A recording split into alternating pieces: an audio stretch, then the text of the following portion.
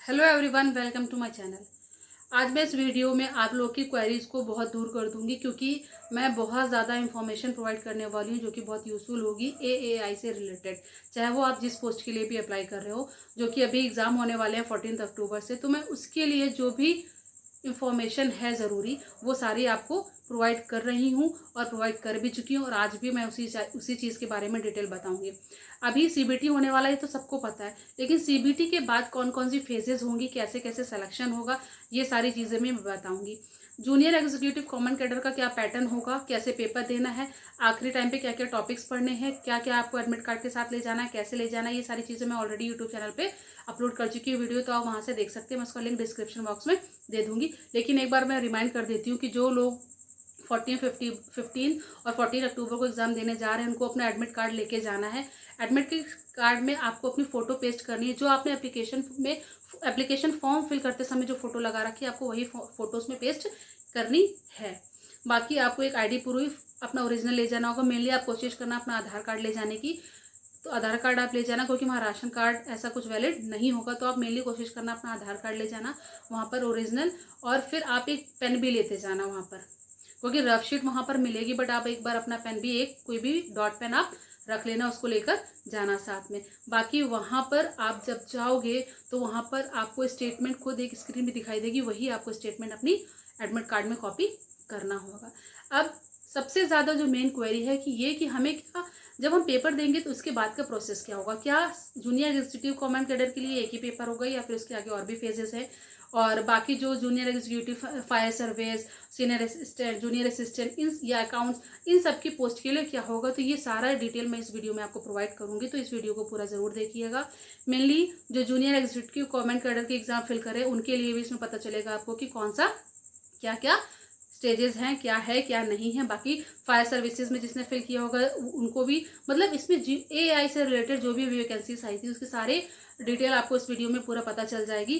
तो please channel को subscribe कर दीजिए और इस वीडियो को पूरा देखिएगा, क्योंकि इसमें जो भी इंफॉर्मेशन मैं आपको बता रही हूँ बहुत ज़्यादा यूजफुल है। यहाँ पर रिमाइंड करा देती हूँ मैं आप लोगों को कि जूनियर असिस्टेंट, सीनियर असिस्टेंट और बाकी जो जूनियर एग्जीक्यूटिव फाइनेंस और फायर सर्विसेज या लॉ के लिए जिन्होंने फिल किया फॉर्म, उनका एग्जाम पैटर्न क्या होगा। क्योंकि जूनियर एग्जीक्यूटिव कॉमन कैडर की डिटेल मैंने एक एक सारी वीडियो में बताई कि एडमिट कार्ड के समय आपको क्या ले जाना है, कैसे ले जाना है, एग्जाम कैसे देना है, एग्जाम पैटर्न क्या होता है, उसकी स्ट्रैटेजी क्या है, लास्ट टाइम आपको क्या क्या रिवीजन करना है, ये सारा मैंने ऑलरेडी यूट्यूब चैनल पे अपलोड कर रखा है। तो मैं उसका लिंक डिस्क्रिप्शन बॉक्स में दे दूँगी, तो आप एक बार उनको ज़रूर देख लेना, उससे आपको बहुत हेल्प मिलेगी। यहाँ पर बात करते हैं एग्जाम पैटर्न की। तो जो यहाँ पर सबसे पहले दिया हुआ ये सीनियर असिस्टेंट अकाउंट और junior finance and junior executive law, इन तीनों के लिए एक ही पैटर्न होगा। क्या होगा इसमें, देखिए इसमें भी टोटल 120 क्वेश्चंस आएंगे, 120 मार्क्स के होंगे, जिसमें से पार्ट ए में उन्हें करना होगा जनरल नॉलेज के 9 क्वेश्चंस, जनरल इंटेलिजेंस के 9 क्वेश्चंस, जनरल एप्टीट्यूड के 9 क्वेश्चंस, इंग्लिश के 9 क्वेश्चंस, और पार्ट बी जो आएगा वो आएगा उनका सब्जेक्ट से रिलेटेड, मतलब सब्जेक्ट नॉलेज जो आएगी वो आएगी 84 मार्क्स की। तो टोटल जो हो जाएंगे वो हो जाएंगे 120 मार्क्स। आपको ये चीज़ याद रखना, चाहे आप जूनियर एग्जीक्यूटिव लॉ का दो, फायर सर्विस का दो, फाइनेंस का दो, अकाउंट्स का दो, ऑफिस का दो, या जूनियर एग्जीक्यूटिव कॉमन कैडर का दो, सारे पेपर बायलैंग्वेज ही होंगे एक्सेप्ट इंग्लिश। सिर्फ इंग्लिश में आएगी, बाकी और जो सेक्शंस होंगे वो हिंदी इंग्लिश दोनों में होंगे, और हर क्वेश्चन में 5 ऑप्शंस होंगे। यहाँ पर आपको उसको सॉल्व करने के लिए 120 मिनट्स मिलेंगे। अब बात कर लेते हैं जूनियर असिस्टेंट ऑफिस और जूनियर एग्जीक्यूटिव फायर सर्विस की। इसमें भी 2 पार्ट्स में होगा, पार्ट ए और पार्ट बी। इसमें भी टोटल 120 क्वेश्चंस होंगे, 120 मार्क्स के, और इसमें आपको 120 मिनट्स मिलेंगे। मतलब कि 1 मिनट में एक क्वेश्चन आप आराम से सॉल्व कर सकते हो। यहाँ पर आपके जीके में होंगे 15 क्वेश्चन, रीजनिंग में होंगे आपके 15 क्वेश्चन, एप्टीट्यूड में होंगे आपके 15 क्वेश्चन, इंग्लिश में 15, और बाकी सब्जेक्ट से रिलेटेड पार्ट बी में होंगे आपके 60। सेम एज इट इज़ यहाँ पर जूनियर एग्जीक्यूटिव कॉमन कैडर की अब हम बात कर लेते हैं। ये मैं एक बार और डिटेल आपको बता चुकी हूँ, लेकिन फिर भी एक बार रिमाइंड करा देती हूँ कि इसमें सिर्फ पार्ट 1 होगा। बाकी सारी जो अबव ये वैकेंसीज हैं इसमें पार्ट 2 होंगे, पार्ट ए और पार्ट बी, जो कि पार्ट बी सब्जेक्ट से रिलेटेड होगा। लेकिन जूनियर एग्जीक्यूटिव कॉमन कैडर में आपके इसमें 150 क्वेश्चंस होंगे, 150 मार्क्स के, और इसमें आपको 120 मिनट्स मिलेंगे। इसमें भी सिर्फ इंग्लिश सब्जेक्ट इंग्लिश में होगा, बाकी बायलिंगुअल होंगे। इसमें आपके 40 क्वेश्चंस आएंगे रीजनिंग के, 35 होंगे जनरल अवेयरनेस के, 35 होंगे इंग्लिश के, और 40 होंगे मैथ्स के। तो इसकी क्या स्ट्रेटेजी है, स्टडी प्लान, ये सारा मैंने ऑलरेडी यूट्यूब चैनल पे अपलोड कर रखा है, तो आप एक बार उसको ज़रूर देख लीजिएगा कि एंड टाइम में आपको क्या क्या पढ़ना है, क्योंकि अब वो समय नहीं है आपके पास कि आप ज़्यादा से ज़्यादा पढ़ सको। तो जितना पढ़ा है बस उसी का रिविज़न कर लो, सफिशिएंट, एक्स्ट्रा कुछ और पढ़ने की नीड आपको नहीं है। यहाँ पर मैं आपको दिखाती हूँ कि जो क्वेश्चंस आएंगे वो कैसे आएंगे, क्योंकि 5 ऑप्शंस होंगे। ये देखिए, आप यहाँ से देख सकते हो कि आपको 5 क्वेश्चंस देख, यहाँ पे एक क्वेश्चन में आपको 5 ऑप्शंस मिलेंगे। तो इस तरीके का पैटर्न आपको देखने को मिलेगा। इसी तरीके से रीजनिंग में भी आपको 5 ऑप्शंस मिलेंगे। एक क्वेश्चन में आपको 1 2 3 4 5 ऑप्शंस दिए जाएंगे। जीएस में भी 1 2 3 4 5 ऑप्शंस आपको एक क्वेश्चन में दिए जाएंगे। इसी तरीके से आपका मैथ्स में भी, रीजनिंग में भी और इंग्लिश में भी होगा। 1 2 3 4 5 इंग्लिश में भी 5 ऑप्शंस होंगे, और जनरल एप्टीट्यूड में भी आपके 1 2 3 4 5 है, मतलब हर सेक्शन में आपके 5 क्वेश्चंस, जो भी क्वेश्चंस होंगे उनके 5 ऑप्शंस दिए जाएंगे। तो आप यहाँ से देख सकते हो, इस तरीके का आपको पैटर्न पेपर में देखने को मिलेगा। तो ये मैं सिर्फ इसलिए दिखा रही हूँ जिससे आप समझ पाओ कि आपको इस तरीके से पेपर मिलेगा। एक चीज़ याद रखनी है, वहाँ पर आपको विद एक्यूरेसी पेपर सॉल्व करना है। सॉल्व तो सारे करना है क्योंकि नेगेटिव मार्किंग नहीं है, और स्पेशली जो candidates junior executive common cadre का दे रहे हैं, वो जब पेपर देना तो जो क्वेश्चन उनको ना आए वो मार्क फॉर रिव्यू कर सकते हैं। क्या कर सकते हैं?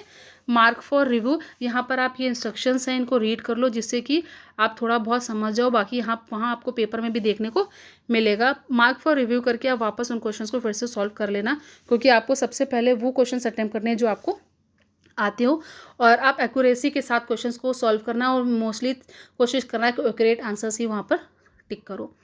और इससे ज़्यादा अगर आपको और कोई डिटेल चाहिए या कोई क्वेरी चाहिए तो आप मुझे कमेंट बॉक्स में पूछ सकते हो, मैं आपको बता दूंगी। अब हम बात करेंगे कि पेपर के बाद जो हमारा एग्ज़ाम हो जाएगा, इसके बाद क्या होगा, मतलब जो भी कैंडिडेट्स पेपर देंगे, अब पेपर देने के बाद इसके और भी फेजेस होंगे नहीं होंगे, कैसे सिलेक्शन होगा, उसकी बात करते हैं। सबसे पहले बात करते हैं जूनियर असिस्टेंट ऑफिस और सीनियर असिस्टेंट अकाउंट्स की। इसमें सबसे पहले उनको अपना एग्ज़ाम देना है, सीबीटी देना होगा, जिसमें 2 पार्ट होंगे, जैसे मैं ऑलरेडी अभी आपको बता चुकी हूँ। उसके बाद उनका एप्लीकेशन वेरिफिकेशन होगा, फिर कंप्यूटर लिटरेसी टेस्ट होगा एमएस ऑफिस में। जो कैंडिडेट्स ये टेस्ट पास करेंगे वही एलिजिबल होंगे इस पोस्ट के लिए, क्योंकि आप सीबीटी पास कर लोगे, उसके बाद आपका एप्लीकेशन वेरिफिकेशन होगा और कंप्यूटर लिटरेसी टेस्ट होगा, जो कि एमएस ऑफिस में होगा। अब बात करते हैं junior executive fire service.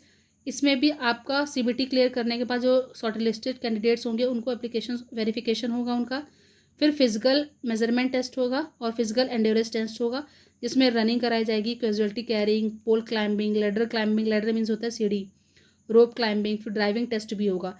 Driving test के लिए उनके पास valid permanent light motor vehicle होना चाहिए, मतलब कि अगर किसी के पास टेम्परेरी मोटर व्हीकल अगर लाइसेंस है तो वो वैलिड नहीं होगा। यहाँ पर आपके पास permanent light motor vehicle license होना कंपलसरी है। फिर यहाँ पर आपका वेरिफिकेशन के समय आपको क्या ले जाना होगा, आपको ओरिजिनल डॉक्यूमेंट्स ले जाने होंगे अपने साथ में। आपको जितने भी डॉक्यूमेंट्स होंगे, सर्टिफिकेट्स होंगे, उनका एक एक ज़ेरॉक्स, सबका फ़ोटोकॉपी आपको सेल्फ अटेस्टेड सारे फ़ोटोकॉपीज़ लेकर जाने होंगे।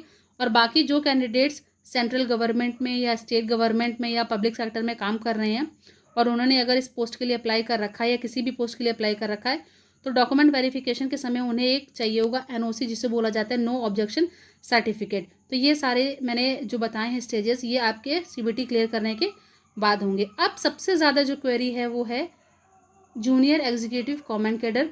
तो सबसे पहले मैं क्लियर कर दूं, उसके लिए सिर्फ आपको ये सीबीटी देना है। उसके बाद आप जो भी शॉर्ट लिस्टेड कैंडिडेट होंगे जिनका 150 मार्क्स में पास आउट होंगे, जो 150 मार्क्स का जो क्वेश्चन इसमें 150 आएंगे, अगर उसमें वो मेरिट लिस्ट में उनका नाम आएगा, जो कि एआई की ऑफिशियल साइट में रजिस्टर किया जाएगा, तो जो शॉर्ट लिस्टेड कैंडिडेट्स होंगे ना, उनको सिर्फ और सिर्फ एप्लीकेशन वेरिफिकेशन के लिए बुलाया जाएगा, और बाकी उनको और कुछ भी नहीं होगा। बाकी कैंडिडेट्स का ये देख सकते हैं कि ये पॉइंट्स जो मैंने बताए हैं, बाकी जो अलग अलग पोस्ट के लिए जिन्होंने अप्लाई किया उनके लिए यही होगा, लेकिन जिन्होंने सिर्फ जूनियर एग्जीक्यूटिव कॉमन कैडर के लिए अप्लाई किया है उनको सिर्फ और सिर्फ सीबीटी देना है, ऑनलाइन टेस्ट देना है, जो कि अभी 14-15 अक्टूबर को होगा। उसके बाद उनको शॉर्ट लिस्टेड कैंडिडेट्स होंगे उनको सिर्फ और सिर्फ एप्लीकेशन वेरिफिकेशन, जिससे हम बोल सकते हैं डॉक्यूमेंट वेरिफिकेशन के लिए बुलाया जाएगा। जो पूरे डॉक्यूमेंट्स को फुलफिल करेंगे उन्हीं का सिलेक्शन होगा। Thank you. सारी इन्फॉर्मेशंस मैंने आपको बताई हैं जो कि अलग अलग पोस्ट के लिए थी। तो अब यहाँ पर मेनली जो बात कर रही हूँ ना, वो यही कर रही हूँ कि अब आपके पास सिर्फ 2-3 दिन बचे, इसमें आपको पूरा का पूरा रिवीजन कर लेना है। जो भी कैंडिडेट्स एआई के थ्रू जो वैकेंसी निकली, उनका फॉर्म फिल किया उन्होंने, वो इस समय कुछ नया पढ़ने की कोशिश ना करें। मैं फिर से एक बार आपको रिमाइंड कर रही हूँ, मेनली जो उन्होंने पढ़ा है वो उसी को रिवाइज करें और रिलैक्स माइंड रखें अपने आप को ज़्यादा पैनिक नहीं करना है, बिल्कुल फ्री माइंड, रिलैक्स माइंड होकर वहाँ पर पेपर देना है और कोशिश करना है कि आपके ज़्यादा से ज़्यादा क्वेश्चन करेक्ट हो। एग्जाम समय भी आपको ज़्यादा प्रेशर नहीं लेना है, बिल्कुल रिलैक्स होकर पेपर करना है। मुझे पता है कि ये कहना आसान होता है वहाँ पे, लेकिन प्रेशर हो ही जाता है। हम लोगों को लगता है जब भी पेपर देते हैं कि ऐसा लगता है कि ये क्वेश्चन ऐसा है वैसा है, लेकिन आपको फ्री माइंड होकर रिलैक्स होकर करना है। और सभी जो भी एस्पिरेंट्स हैं उनको all the best, best of luck. आप सभी अच्छे से पेपर दो। और इसमें जो निगेटिव मार्किंग नहीं है, तो जूनियर एग्जीक्यूटिव कॉमन कैडर के जो एस्पिरेंट्स हैं वो तो बहुत ज़्यादा प्रॉफिट उठाएं, क्योंकि उसमें कोई भी पार्ट बी नहीं है, सब्जेक्ट से रिलेटेड कोई भी वहाँ पर पेपर नहीं होगा, क्योंकि बाकी पोस्ट के लिए पार्ट बी भी है जो सब्जेक्ट नॉलेज से रिलेटेड होगा। तो जूनियर एग्जीक्यूटिव कॉमन कैडर है जो बेसिकली वो 150 में से कोशिश करे कि जितना ज़्यादा से ज़्यादा स्कोर कर सके। प्लीज़ चैनल को सब्सक्राइब कर दीजिए, जिससे कि मैं और भी ज़्यादा आपको फर्दर डिटेल्स प्रोवाइड कर सकूं। आई होप ये वीडियो आप सबके लिए बहुत यूजफुल होगा। इसमें आपके जो भी डाउट्स होंगे वो मैंने क्लियर कर दिए हैं। बाकी अगर आपको और कोई भी क्वेरी, तो बाकी और भी वीडियोस मेरे चैनल पे अपलोडेड हैं ऑलरेडी, वो आप देख सकते हैं। प्लीज़ चैनल को सब्सक्राइब कर दीजिए। Thank you for watching.